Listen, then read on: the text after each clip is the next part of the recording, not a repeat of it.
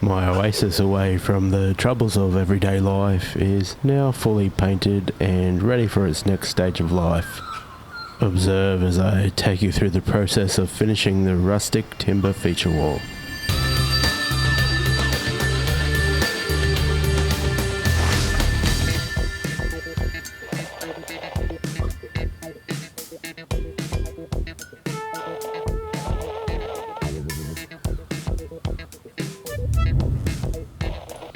The wall needed some trim and a bit of prep before it could be finished with a couple of coats of Danish oil.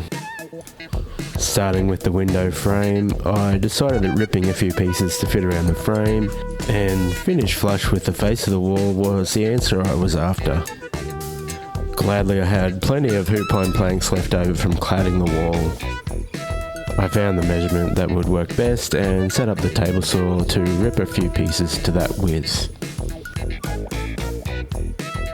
I then found a measurement for the top and bottom pieces and cut them to length.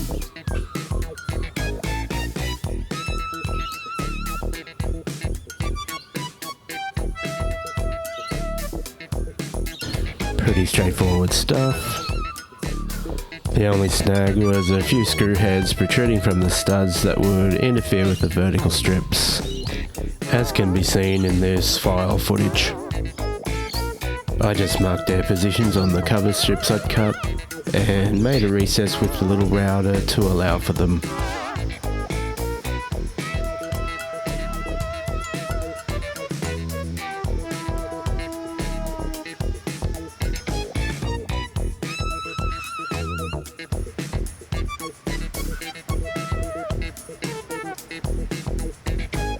That did the trick and the window frame was done.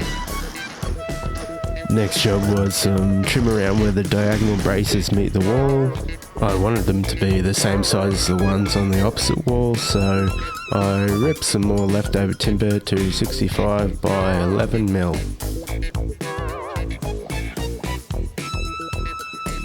And the cut lengths were marked in position and cut to fit, which for me seems to be the most accurate way of doing smaller trim pieces like these. Since I'd nailed it up, the timber on the wall had pulled away from the studs in some places. I ended up zipping in a few screws to pull them back in, which didn't look pretty, but I found a solution to that problem, which you'll see later.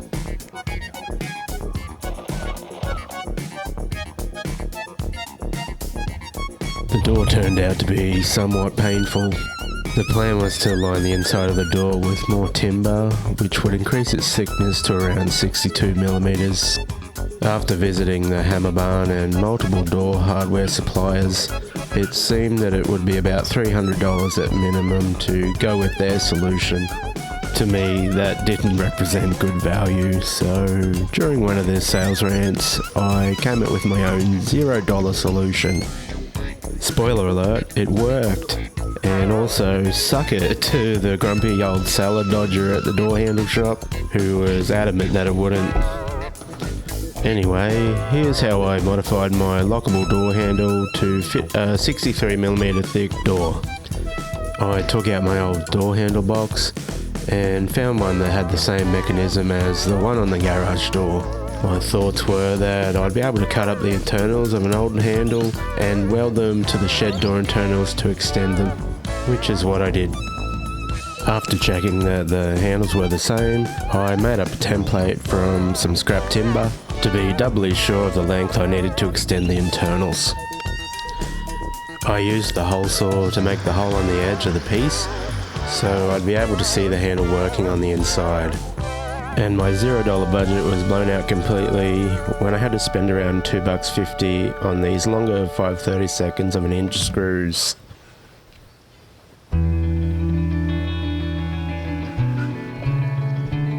Fitting the handle confirmed that I needed about 25mm of extra length.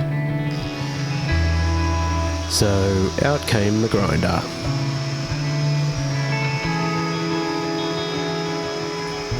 The parts were then cut to final length, and the zinc coating was removed with the flappy wheel, where they were to be welded.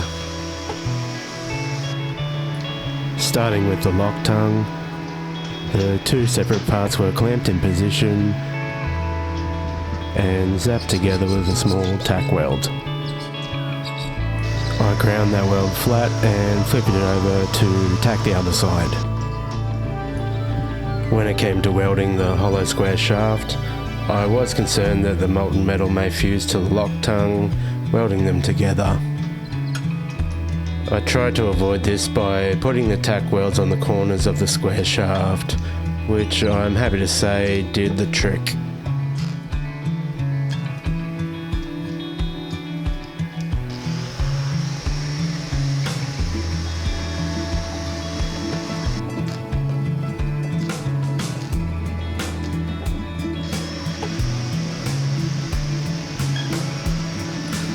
It's not the prettiest, but it works, and for a door that I rarely use, it'll do. Even when they're not modified, these handles aren't the most secure, so I've since added a deadbolt to supplement the handle.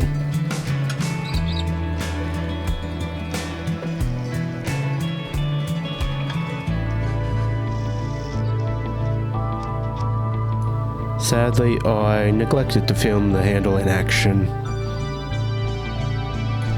The following day, I cut some of the packing styrene that came with the ceiling insulation and shoved it in the door, hoping it would reduce the radiant heat from the steel. I sorted the longer pieces of leftover pine into lengths that would be suitable for lining the door.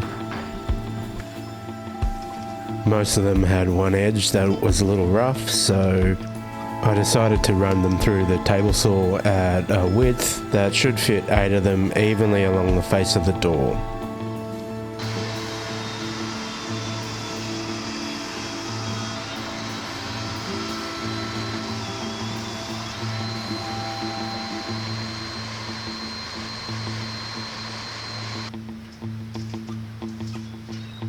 I measured the door height and cut the timber to that measurement.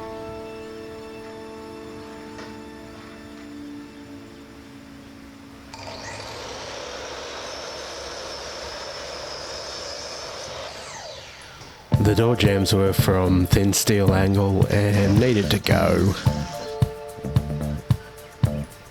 The first piece of timber was screwed in place, and the rest were rested against the door to check for fit. They were about 5mm too long overall, so I ran the loose ones through the table saw again to take a whisker off one edge. After testing them again, they fit quite well, so they were screwed onto the door. The last strip would need a hole for the handle, so it was marked for drilling.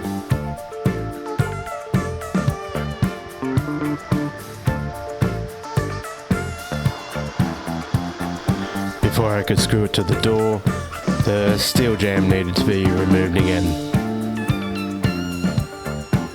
Then the final piece of the door puzzle was put into place. To make it stronger, I decided to reuse the steel jamb behind the new timber jamb. I just flipped it around so it wouldn't push the timber jamb out, making an ugly gap. The door itself covers the screws, and I added a few extra for peace of mind. The steel was showing behind the timber, so I marked it and cut a strip off with the grinder. Then it was the simple matter of ripping some timber on the table saw for a new jamb/architrave and screwing it on.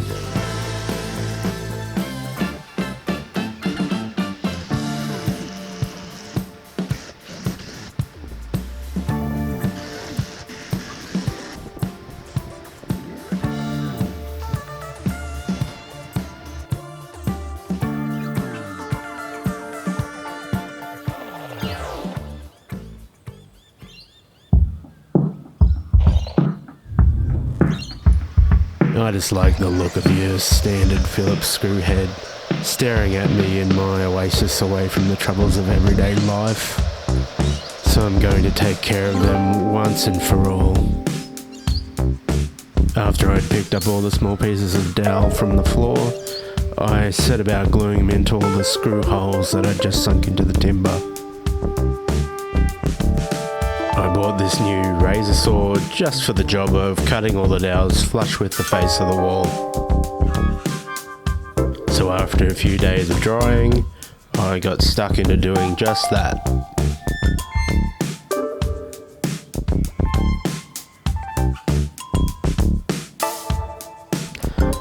Some of the boards had a gap between them where the frame could be seen, so I pumped them full of this black filler.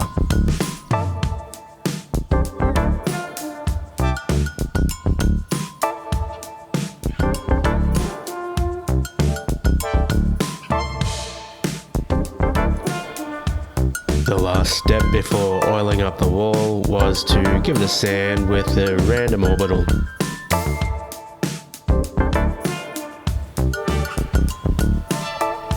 I settled on this Danish oil for the finish, since I'd had decent results with it on my shelf project.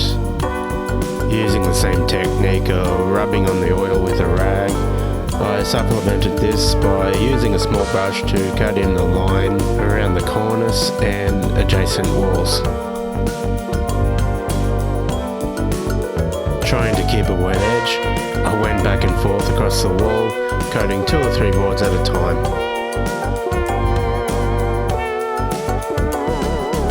After a few days of drying, I was able to give the timber a light sanding and apply the second and final coat of oil. I hate painting, but admittedly I found that oiling the wall with a rag felt quite rewarding, providing instant gratification. The last thing to do was the door, and I'd worked up quite a thirst.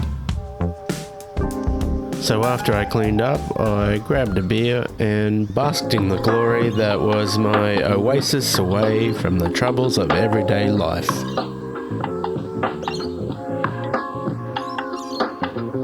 I'm very happy with how the shed turned out, and now that it's done, it's time to figure out some storage solutions for all the piles of random things that have built up in there. Thanks for watching till the end, I really do appreciate it. If you liked the cut of my jib and reckon I deserve a beer for my troubles, check out my PayPal link in the description to make a one-off donation. Also, if you're in the market for some reasonably priced gear for photography and videography, click my affiliate link with Newer and check out their wares. Here's cheers.